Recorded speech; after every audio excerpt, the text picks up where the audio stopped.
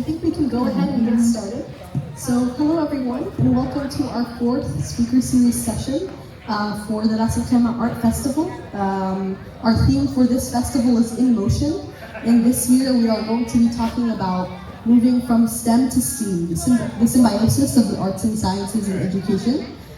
In this panel, we will be exploring the beneficial synthesis of arts and sciences education and raising awareness about the importance of interdisciplinary learning. Giving voice to numerous esteemed educators, this panel addresses the importance of advancing STEAM education and how this can better prepare students to enter an evolving workforce. Before we introduce our speakers, I'd like to introduce myself. My name is Janan Farhat, and I work as a research associate at the Sheikh Saud bin Saqar Al-Qasimi Foundation for Policy Research. And it is my great pleasure to welcome our esteemed panelists. Our very first speaker for today is Dr. Nawal Hassan Goli, and she is a professor and researcher in the College of Arts and Sciences at the American University of Sharjah. She has over 25 years of experience, and her teaching and research areas span from women and gender studies to literature to Arab women writing. And she holds a PhD from Nottingham University, UK. Welcome, Dr. Nawab.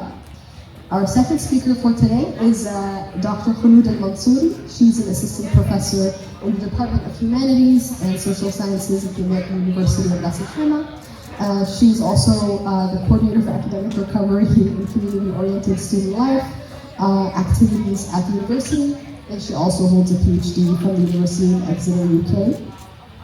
Last but not least, we have our third speaker for today, Dr. Sandra Alexander, and she's an assistant professor of humanities at the American University of Dubai. She has taught various courses such as philosophy, ethics, metaphysics, and critical thinking, and her current research focus lies in exploring the ethical aspects of emerging technologies, especially AI.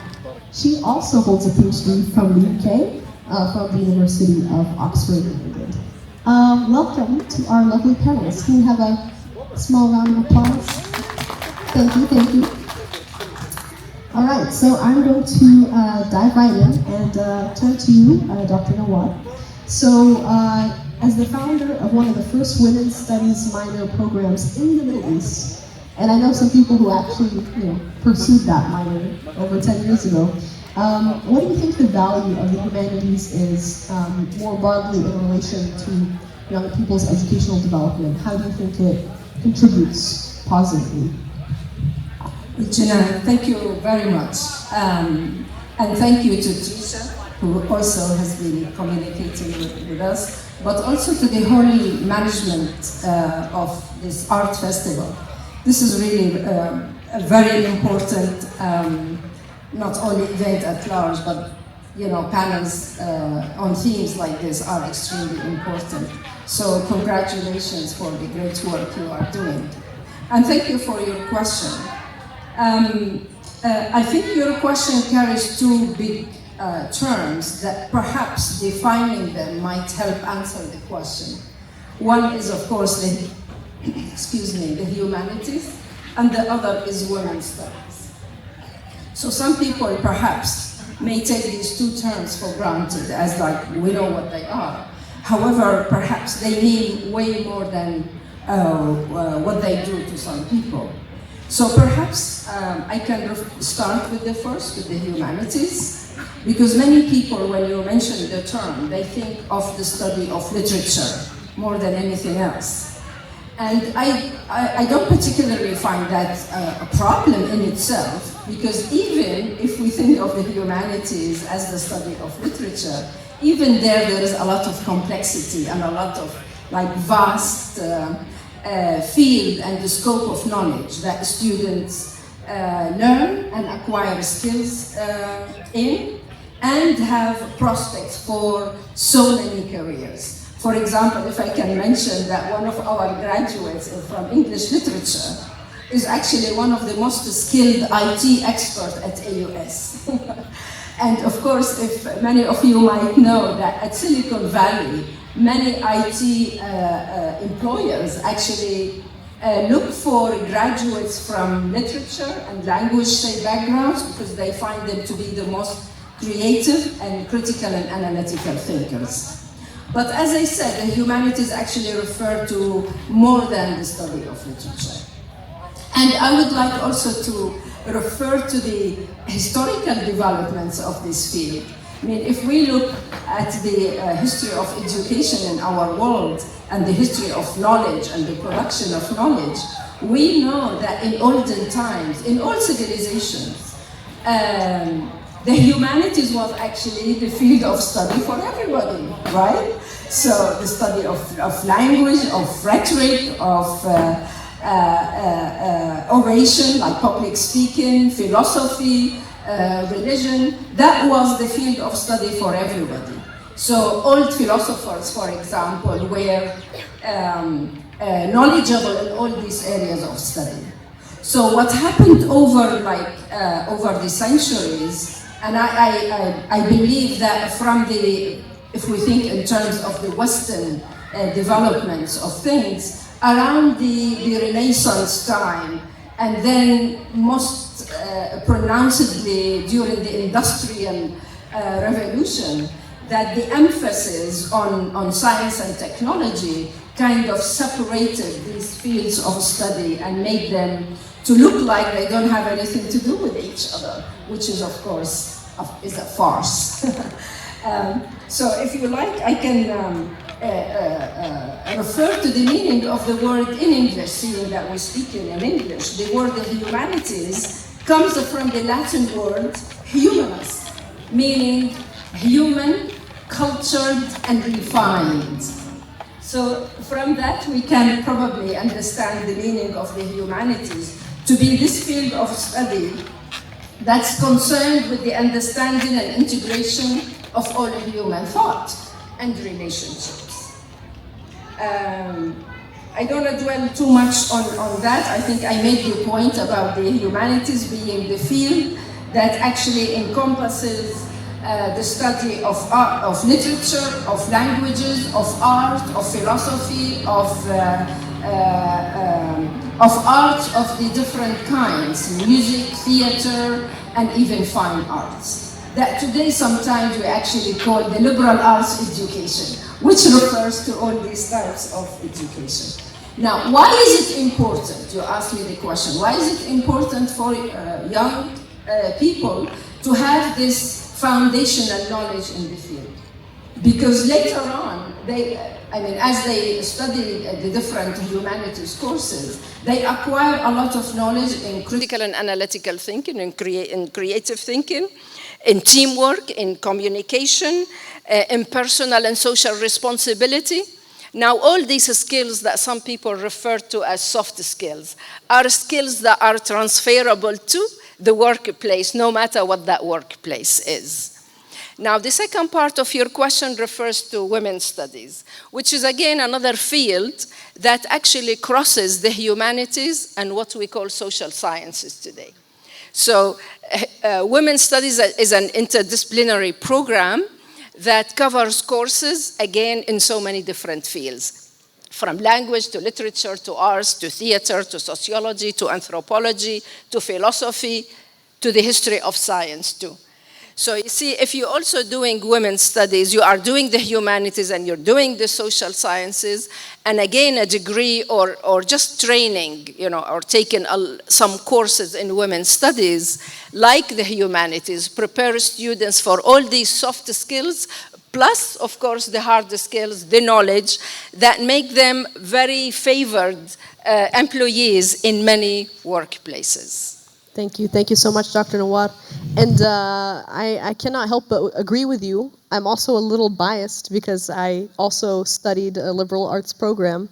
But I think even now with our research at the Al-Qasmi Foundation, we find that students who have taken liberal arts curricula at university, they are better prepared regardless of what their field of employment is, because they have those critical thinking skills, those analytical skills that technical fields don't always prioritize in their teaching and in university. So thank you so much for that. Dr. Khulud, I come for you. As a faculty member at the American University of Ras Al Khaimah, In your perspective, how can STEAM education foster a well-rounded, community-oriented approach to student life in the UAE?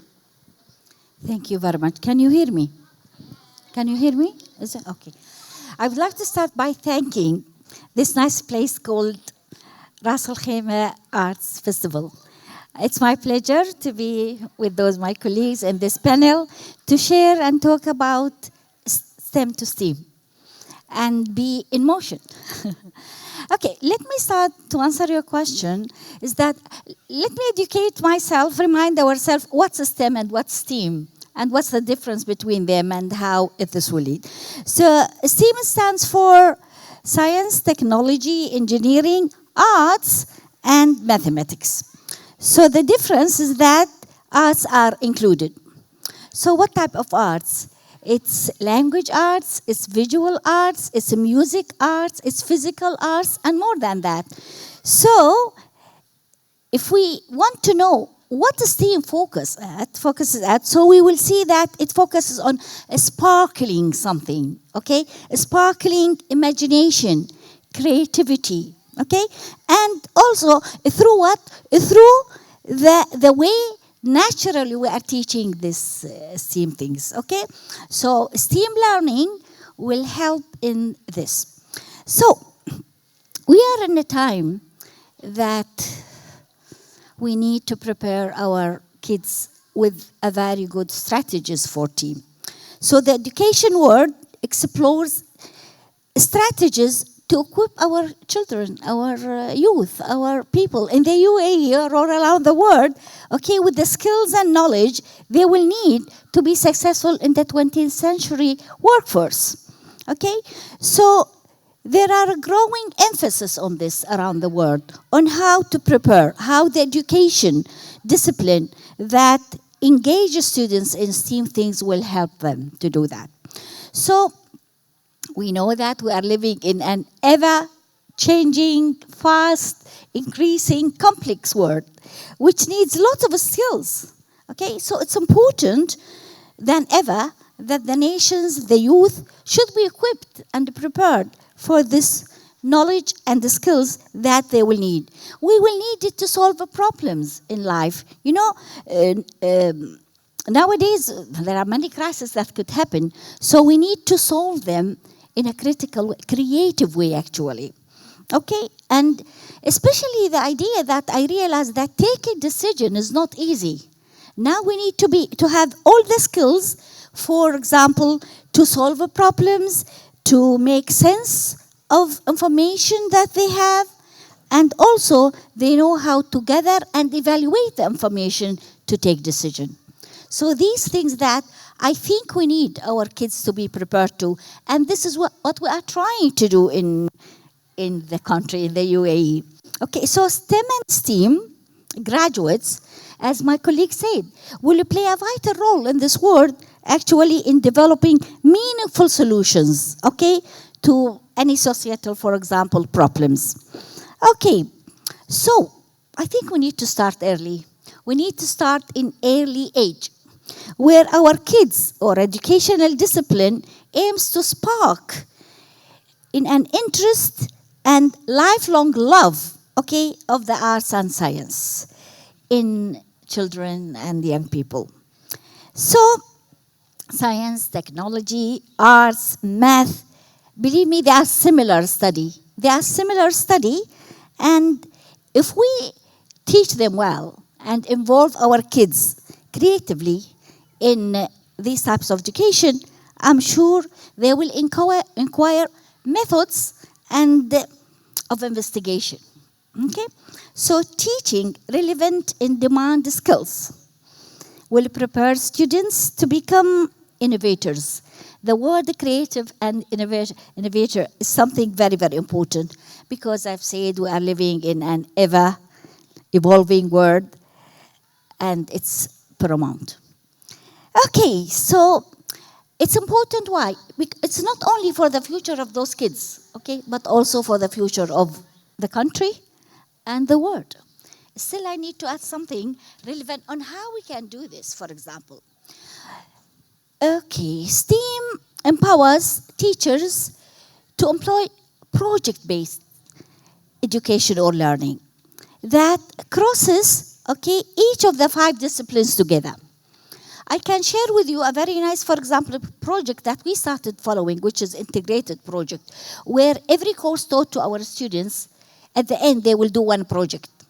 For example, if they got theory in curriculum, and theory and practice in evaluation, and skills in technology, then they're gonna prepare a wonderful curriculum that solve all that. So these skills, with this, teamwork or integrated skills that we are giving our students, I think this will help a lot and will encourage the student to be part of it and contribute to it. Okay? So we are not using any traditional models of teaching. Now, I just want to focus on one thing, is that through this holistic approach that we are using, students will be able to exercise both sides of their brain. Okay? They will be dynamic, okay? And they will see the visual arts and the natural science of it. So this is how I see this wonderful work that education and discipline should do and educate our kids for that. So I'm happy to say that STEAM is very, very important, as she said. And in today's world, students up to the future of success, and they need it not only on major of mathematics or science. This will help them be creative, even if they choose another field. Okay? So the students, I want to end, okay, because I think maybe I talked a lot. Incorporating creative thinking and applied arts in real situation is, I think, something very, very important, and all the STEAM education should go around. Thank you. Thank you so much, Dr. Khulud. I can't agree more. I think there are so many, you all are the experts, but I believe there are plenty of studies that support this idea that children, because we were talking about early childhood development and the importance of having arts integrated into school curricula. But it's not just arts; it's also PE. It's anything extracurricular that stimulates creativity, that also activates different parts of children's brains, and also young adults, and also, of course, adults. So the value of the arts in any education, I think, is incredibly important. And thank you so much for sharing. Dr. Sandra, I have my first question for you. Of course, currently teaching in AUD, as an advocate for prioritizing the human in the age of artificial intelligence, what challenges or perhaps opportunities do you see in integrating the ethical dimension of AI into STEAM education in the UAE? Great question, Janan. Again, I want to reiterate what my dear panelists, Dr. Nawar and Dr. Khaluda, have said about this opportunity we have to come here today to speak at the RAC Arts Festival and speak to a really important topic in our fast-paced, kind of technologically advancing, I won't say advanced, but perpetually advancing world. This is a wonderful space in which to think about the importance of the arts, the importance of the humanities. And I hope maybe a bit later on in our panel we can talk about the importance of such spaces and how, yes, we might focus on formal educational spaces as the place where this education happens, but communities, governments, initiatives like those that have put together this festival are key to supporting thinking outside of technology in today's world. But to your question, and I appreciate you asking this question about being an advocate for prioritizing the human in the age of AI. And I want to say a couple of things. I teach philosophy as my main area, as my main discipline.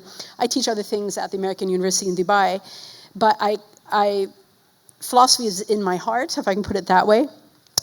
And in the study of philosophy, we like to take words and pause a moment with them and break them down and their meanings. I know Dr. Nawar has already done that with the term humanities.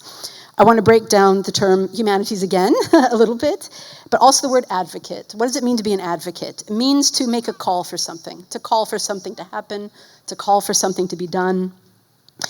But there's an important aspect of advocacy, and that is the call falling on open ears. And I see the festival, I see governmental initiatives across the UAE open to taking seriously the ethical implications of artificial intelligence, emerging technologies, technology more broadly. And so that's really encouraging. So it's one thing to be an advocate, but it's another thing to be an advocate in an environment that isn't listening, that isn't wanting to listen to calls for kind of greater ethical consciousness about technology. And I feel so blessed that we live in a country that is so open to that is open to the call and is listening to the call and is leading that call, really. But within my own work and working with young people who are interested in success, who desire success, who need success in their professional lives, and who want to kind of race ahead and be a success now, not tomorrow, but now, it is a challenge to engage them in slow conversations about what it means to be an ethical user of technology. I teach a number of engineers, I teach a lot of engineers at the American University to be ethical creators of artificial intelligence and other technologies, okay? So I would say the challenge and the opportunity the challenges and opportunities are very closely related. The challenges are the eagerness. One of the challenges is the eagerness of young people. Yes, but then there's that opportunity too, because there is that desire. And not just a desire to succeed, but to succeed well. And again, this comes back to my study and teaching of philosophy, where for centuries we have not only needed to ask the question, okay, what am I going to do with my life, but how am I going to live a good life? And I see in my students this desire, maybe specifically post-pandemic, wanting to get back to these really important core questions. What does it mean to live a good life? What do I want? What do I want to be? Now, we live in a time of digital natives, okay? I was just talking with my husband the other day, there's gonna come a time when there will be no one who is not born in this time of technology. The generational split right now, there are many, like the older members of my family who are, I don't wanna say are technophobes. My mother, for example, is not a technophobe, but she is unfamiliar with what the young people are, take as a reflex. So we live in a time where we have different views of technology, but I can say about the young people that I work with, and I work with, as I think my friends in the panel do, work with a range of ages, from the youngest being 17 or maybe younger in school. But I have also some students who are older than average, what in the UK they call the mature student, which means 25 and up. I have a number of mature students. But what we have here is this eagerness, not only to succeed, but to succeed well, to use technology well. So that eagerness is a challenge, but that eagerness is also an opportunity. But I want to come back to the lovely things that Dr. Nawar said about the humanities. Because we live in a time of exponential change, and the speed at which technologies are being developed and implemented and made accessible to the community outpaces our ability to have conversations, meaningful, ethical conversations about them. It's easy to forget the origins of study, the origins of reflection, and they go back to philosophy. They go back to the sciences, to rhetoric, to all of the beautiful things that Dr. Nawar mentioned. But apart from the dictionary definition of humanities, what we have in the word humanities is human. And what I see my students open to is remembering that whatever they do, whatever all of us should be doing, it should focus on the benefit of humanity. And again, their eagerness perhaps makes it difficult to have these slow conversations, slowed down conversations about what it means to be good and ethical and create ethically and create consciously and for the common good. There's still that heart that is so exciting to see in my own case at the American University in Dubai, a classroom that's so diverse. I see diverse young people with the same intention, with the same hope, the same desire to not just be professionals, but to be good professionals. So the challenge and the opportunities are closely related. Their eagerness, the speed at which they want to succeed, I love it, okay? To slow them down, though, and have these conversations is a challenge. But I would like to also say that technology without humanity is dangerous. Technology without consciousness of the common good and the reasons for which we design, the reason for which we use things. We must always come back to thinking about that. I was just having a conversation with my ethics and artificial intelligence class the other day. I posed the question to them, what things should we not automate? What forms of work should we not automate in today's world? They had some really deep and wonderful answers about that, which is also really exciting to see young people switched on in this way. So I think there is a heart for being good. There's a heart for being a good professional. There's a heart for being a good citizen, a good member of community. And so I think this augurs well for being able to have these conversations about ethics and technology with young people. So that's very exciting.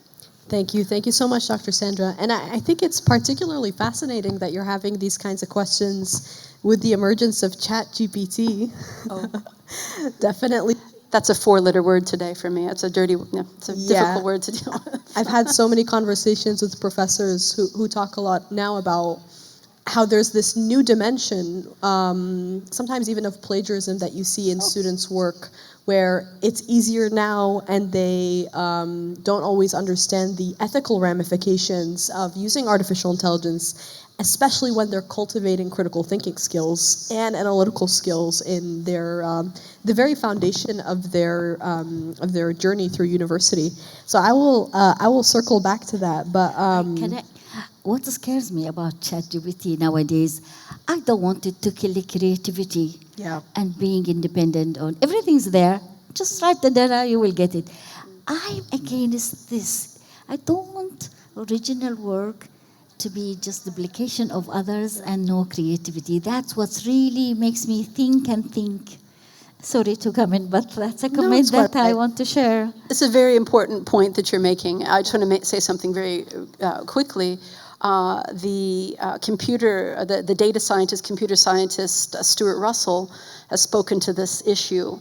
We need young people, we need all of us as well, to go through the work of thinking through and creating ideas, creating work. Or else we talk a lot about, in the age of AI, job loss. Let's talk about skills loss, knowledge loss. This is the more urgent question for me. Jobs, okay. Maybe I'm being blasé about this because I'm a professor and I don't think a robot can replace us. And there are other jobs that are much more vulnerable to automation. But this for me is the most urgent question. What does this mean for knowledge loss, for skills loss? So I just wanted to answer. Thank you for that point. Thank you both for your comments. And I think that's also just a really critical point to talk about because AI is always in the news now. So thank you both for sharing your perspectives. Dr. Nawar, I come back to you. For those of you who don't know, Dr. Nawar met me when I was 14. So we go quite far back. And she I believe, taught one of my siblings, one or more. So Dr. Nawar, do you believe that advancing STEAM education in the UAE can specifically benefit and encourage more female participation and perhaps also foster greater inclusivity and diversity in these disciplines? Yes, Janan, thank you very much. Another excellent question. All your questions today are very excellent. Definitely so. But I would like to address it as in other words, STEAM education, is as important for both boys and girls, not only girls. And seeing that we are in the United Arab Emirates, I would like to refer to something that researchers have substantiated in their work, that education for girls and for women in this country has actually made both exactly girls in schools and women in higher education doing really very, very well, sometimes in actual fact doing better than their male counterparts. So it looks like the efforts that the government has done into girls' education in school and women in higher education has actually reaped a lot of results. So absolutely, I would like to talk a little bit about the thin line between STEM and STEAM, the artificial line, in fact. And I talked, because I'm interested in the history of knowledge and of ideas. And through my research, I found out that it was like around the middle of the 20th century when the world has actually gone through major world wars, right? That educators raised this issue, like in different parts of the world, as, what have we done to ourselves? All our scientific and technological and information technology that we developed over the past 200 years left us savages killing each other in millions. So that's when many educators came back to call for humanities, for the arts to be part of early education to the end, right? And this did not actually happen, this coming back to STEAM did not happen immediately. So for example, my generation, I grew up in the 60s, and I was one of the victims of STEM. I grew up thinking that the best thing for a smart girl, which I thought I was, is to be a scientist. And I was, I was top of my science classes, and I dreamt of becoming a scientist. I even finished high school and went to university to do engineering. And something happened in that first year when I am so happy that I kind of saw the light in that first year. I was like now 19 years old, so a little bit maturer, and was able to think independently. And I thought, there is something not right. There is something not right here. So I'm not going to go into all the story, but the fact of the matter is I pushed myself back into STEAM. I went to the humanities. I went to literature, and I went to other fields of study. Thinking that now and in the last 20 years, in 21st century, I am so grateful to see that coming back to STEAM has become way more powerful than before. So educators around the world, in addition to decision makers and governments, started realizing that we cannot deprive our children from probably the most important thing that's going to allow them to grow up becoming problem solvers, responsible citizens with high ethics, high morality, that will make them always understand the impact of everything else that science and technology does. Scientists alone, not all scientists talk about the ethical implication of their work. Not all technology users or manufacturers think about that. So we always need the humanist in us. We can be scientists, we can be technology experts, but we need to promote the humanist in us so that we keep looking at how our knowledge and the skills that we acquire through our knowledge can, like my esteemed colleague said, make us responsible citizens, rather than simply people who are out there just to do their job and become rich. So I'm going to just say a little bit from research about how important it is at an early age, which Dr. Khaloud is probably more of an expert at. So STEAM education supports children cognitive development. STEAM meaning the one with the arts, not without the arts. And arts here, I take it to refer to humanities at large, not just fine arts, not just visual arts, right? So it supports cognitive development because as children play with the tools, meaning in science and technology, they observe and learn from the underlying cause and effect. So from an early age, they are actually thinking about synthesizing and asking questions about impact and about effect. And the simpler technologies that they are then asked to experiment with allow children to understand how these tools help accomplish tasks, which is a very important goal of education. And of course, as we all know, that creative thinking, critical thinking, analytical thinking leads us to creative problem-solving solutions rather than simply scientific and technical approaches to a particular problem. So in this day and age, arming our youth, both the boys and the girls, and I spoke about the girls doing very well in this country. I hope similar efforts will also be made to encourage the boys to take their education as seriously as the women are, both in school and in higher education, because we cannot rely on one half of society to do anything. You know, we are men and women for a reason. So every human activity requires both our approaches and both our perspectives on how we develop our lives, solve our problems, and problems goodness we have so many of in this day and age. And we need the scientists, we need the technology experts with the humanists in them, very alert and very open and very ready to assess the work of science and technology. Thank you so much, Dr. Nawar.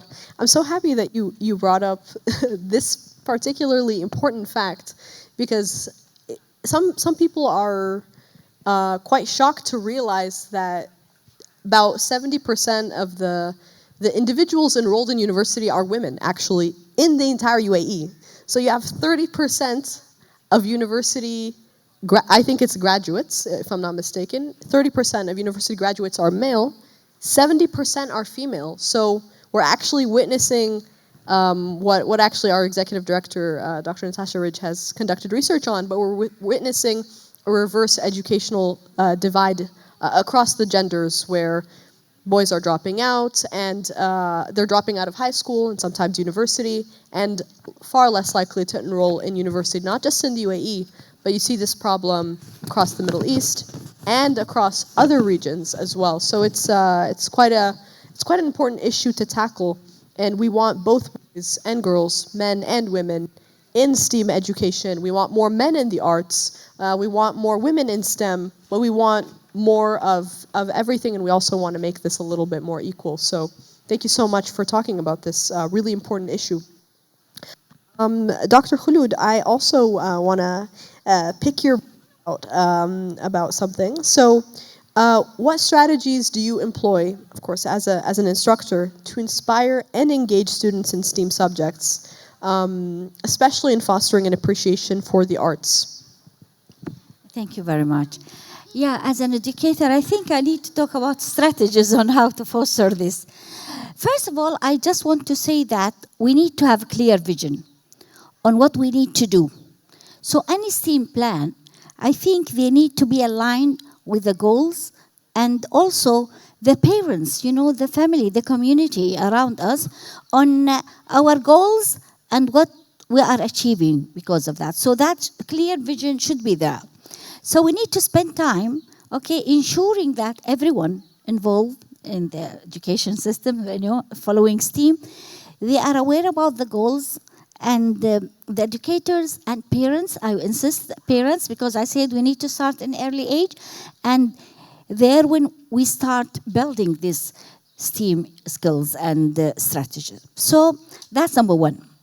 Number two, I think we need diverse experiences. We need our kids and our students or anyone involved in a STEAM program to have different ways. I mean, diverse students or kids should go through diverse experiences. Okay, for example, on topics that they will need it in their life. It's not only, I mean, they need to study blah, blah, algebra, but no, they need to include a wide range of topics in a STEAM program. Okay, and this will allow the student to explore different interests. Because, you know, we have different students with different interests, and if we give them this experience, they will do a great job. Okay, another thing as well, we need to give support to classrooms. We need to have a better classroom that's, I mean, physically, the spaces there encourages teamwork, yeah, and encourage, you know, and help the teacher to arrange her classroom in a way that will make them work on the skills that we want them to master and practice and be creative. I always want to say they should be involved and they should contribute as well. So that's how I see it. Another thing is that you said, I think you mentioned something relevant to the playground. The playground should be designed in a way that encourage our learner on how to practice all these things. Let them go and touch things and feel things and explore things, okay? And have excellent foundation of the STEAM education inside that place. So creating opportunities to learn about movement from the playground, okay? And the natural world as well around them. That's another thing that, as an educator, one of the strategies that should be followed or used to inspire or put STEAM practice program into practice. So schools need to work, community needs to work. But one thing that I want to stress or focus on, involving parents. You know, parents, they've got lots of things and they want to raise their kids on their own way and they have a future for their kids. And also they want their kids to be a very good citizen in this world, you know, achieving their goals and that. And we have diverse experiences from these parents. We have engineers, we have all types of careers in our school. So why not use and involve parents in our goals and in our activities and the experiences their kids passing through? I think, for example, if we focus on science, so a classroom about science won't help a lot, but if we have a science club where they start inventing and working on things, opening things, and all relevant activities relevant to learning and using science should be there. Another thing, having a STEM, for example, camp. So from time to time, we run a camp that they can work on math here, science there, technology, and make it. Also, as I always believe that project-based learning, one of the best successful strategy to implement STEAM and make it work. And we need to also teach STEM concept through play. So playing and also through theater or literature or things like that. That will help a lot. Of course, investing technology on all these things will help a lot because I cannot see now my life without technology. I'm in 60s, but still I feel that technology affected me, and I'm more creative now and faster in seeking knowledge, reaching to things, and designing things as well. My classroom, I taught the same course so many times differently, and activities that my students are involved in different, because the goal is that I want STEAM to be there. I want human touch there. I want them to be creative. I want them to be innovative. Okay, also maker space, having a maker space will be a very nice thing to be added. And I think, why not we use, the community and people who are ready to support in providing these things. Why not involve the community? Because this is the education we are looking for. All people living in this community working together to make education something fits into the new the skills needed for the 21st century. Get the students immersed in nature, because nature can teach them a lot. believe me, I feel that nature has this touch. Romantic, realistic feeling starts from there. So let them do things. Science is not just theory and things to be done. Go and feel it and touch it. Okay, grow plants, do something, see the progress, see something going in front of you. Okay, so nurturing the school environment for STEAM practices, I think something very, very important. So educators, administrators, parents, organizational around should participate, and we all need this for workforce, and we need to work together to do that.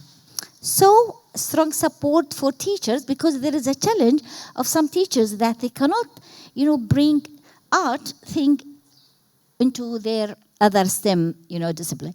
So why not professional development for them from time to time? That's another strategy that will help to make STEAM education works very well.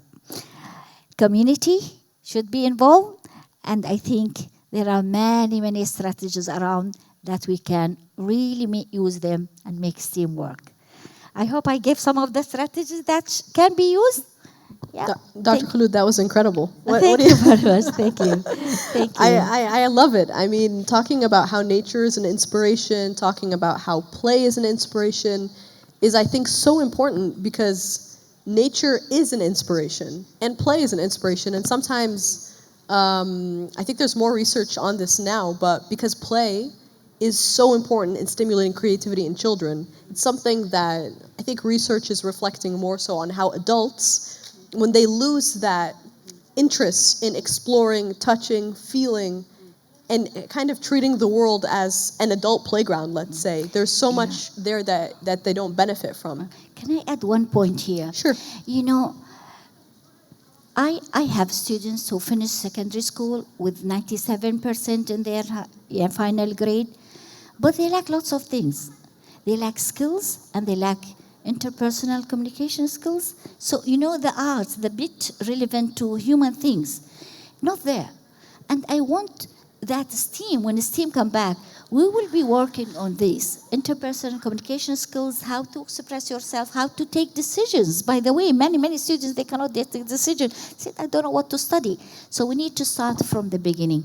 So I think STEAM, it's something that we need to really work hard to make it successful. Thank you. Thank you so much. Thank you so much, Dr.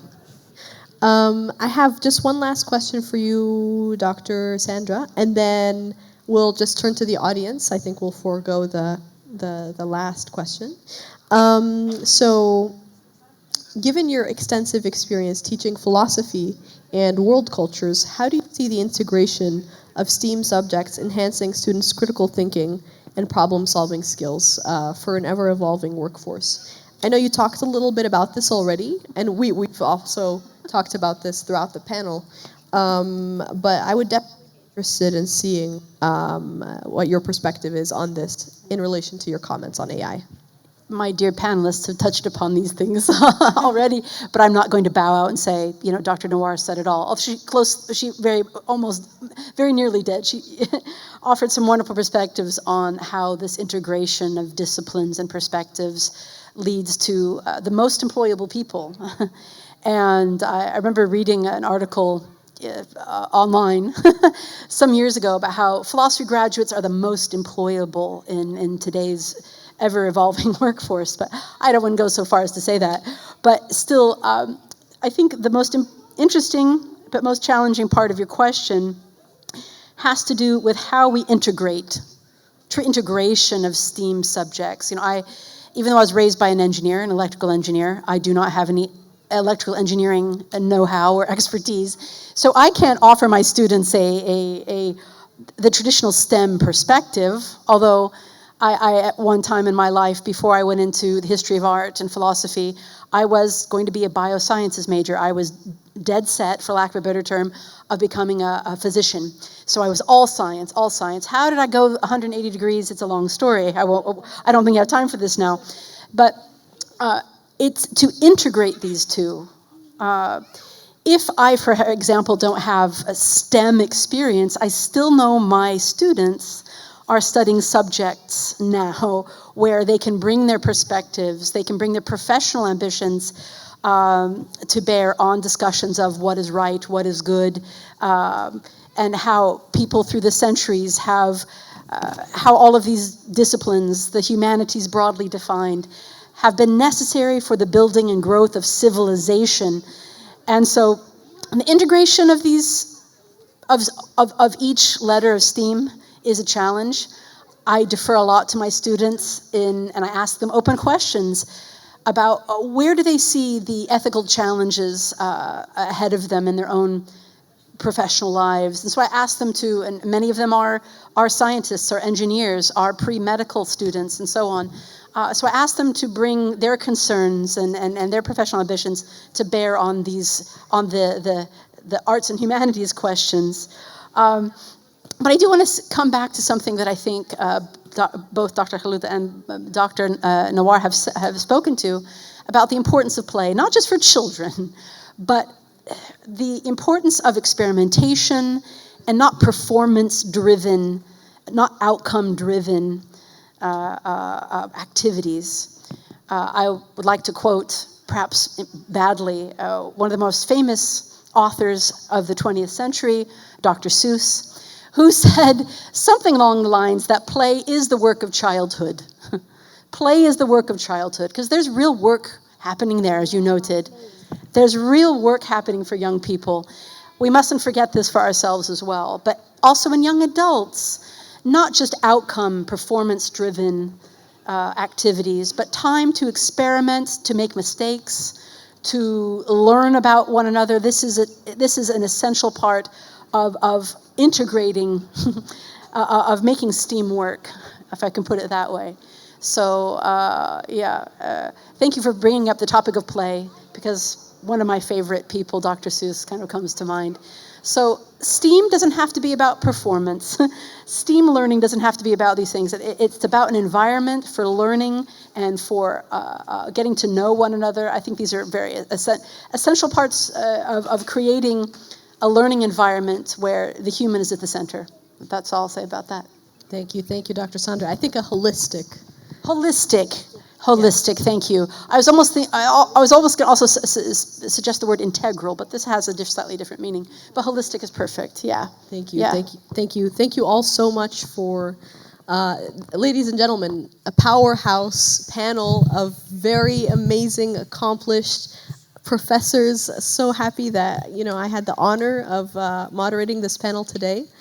Before we kind of wrap up the session, where we must give them a very, very big round of applause, please. This is round one. Does anyone have any questions for our lovely guests?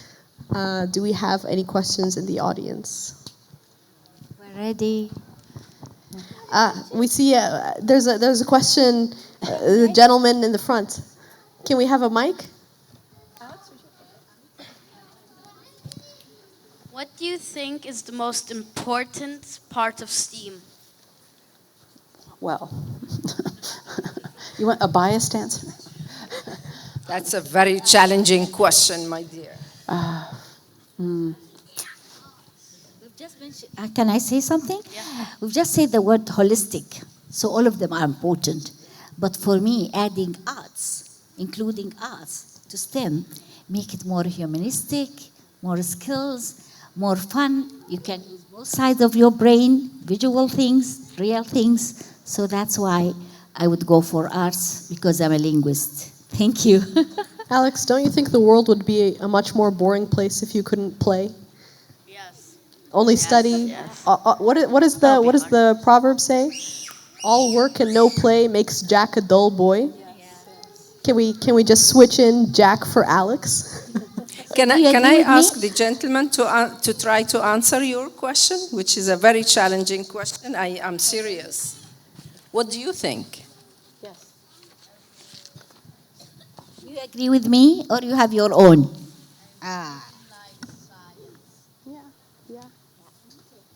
Okay, would you like to learn about only the theories in science, or you want to feel it and touch it and go around the world and see how it works?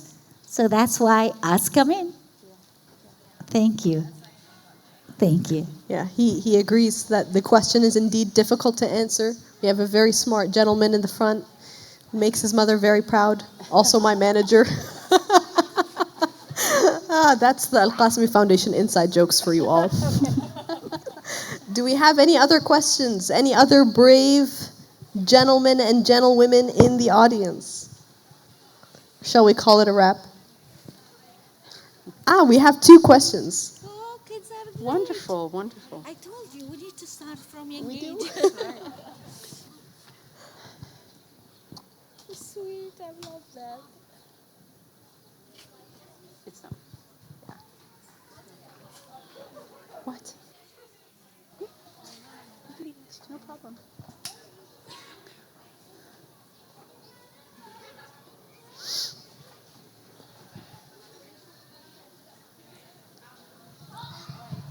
Yeah. You can pass one of the mics here. Do Are we you- like STEAM? Are you asking our panelists if they like STEAM? Yeah. Well, what do you Yes. think? Yes. Sorry. Much more than STEM. Much Yes. Yes. Me too. Yeah. I'm yeah, happy yeah. including us into STEM. It's not STEM or it's not anymore. arts or It's not STEM. Why anymore. not both? Why not all these things?